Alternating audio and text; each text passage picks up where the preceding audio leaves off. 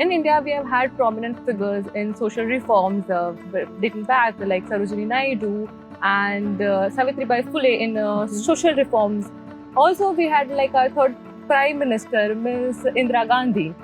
And having said that, in contemporary times, we have writers like Arundhati Roy in India. We have legacy which pretty much shapes our culture and social fabrics. How do you think the stage we have for women empowerment can impact our global arena? Oh, such a good question.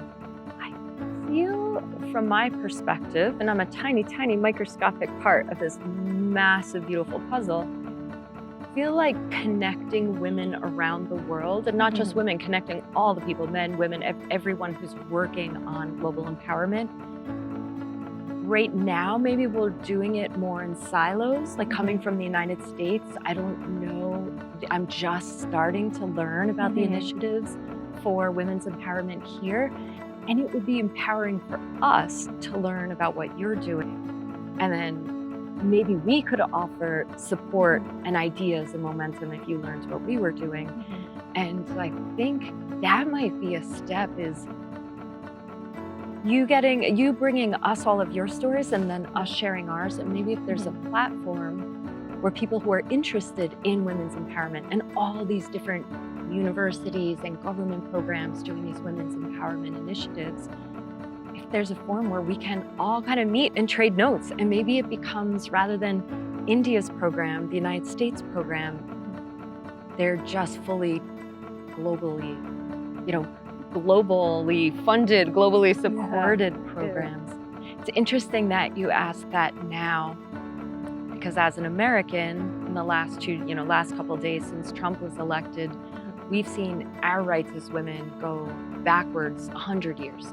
And so we are, I think, at least I'll speaking for myself, I thought that you would work on this pathway of women's empowerment and independence, and it would always get better and better.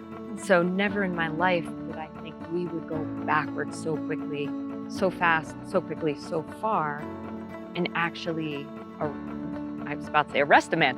So I see that we have similar challenges in our countries. And having traveled around the globe to, from Canada and Pakistan and Saudi Arabia and Korea, and so many countries and so many communities are pouring energy into bettering the lives of women and putting women, giving them equal ground, equitable share of ability to progress, ability to be independent. You see this, and it's just, if we could hear each other's stories and hear what we're doing, I think that would bring, it brings hope, it brings vision. In the United States, we've kind of always been taught like we are ahead of the rest of the world, which is not true yesterday and not true tomorrow. I'm trying to think of how to answer that well. I will say, at the University of Rochester, where I work in the United States, we have programs for high school, like young women to become involved in STEM, because that we see women are very interested in STEM up until 5th grade, 6th grade, 7th grade, and then they start dropping out and go into more humanities-based or social sciences-based. So that's one thing we do, is really supporting the infrastructure. Like, what are we doing in education that's giving women the idea that they should not be going into the natural sciences, and correcting that. One of the experiences I had here that I thought was absolutely incredible was I was just teaching I'm in Chingalahem University for women in Tamil Nadu, in Coimbatore. The entire university is for women.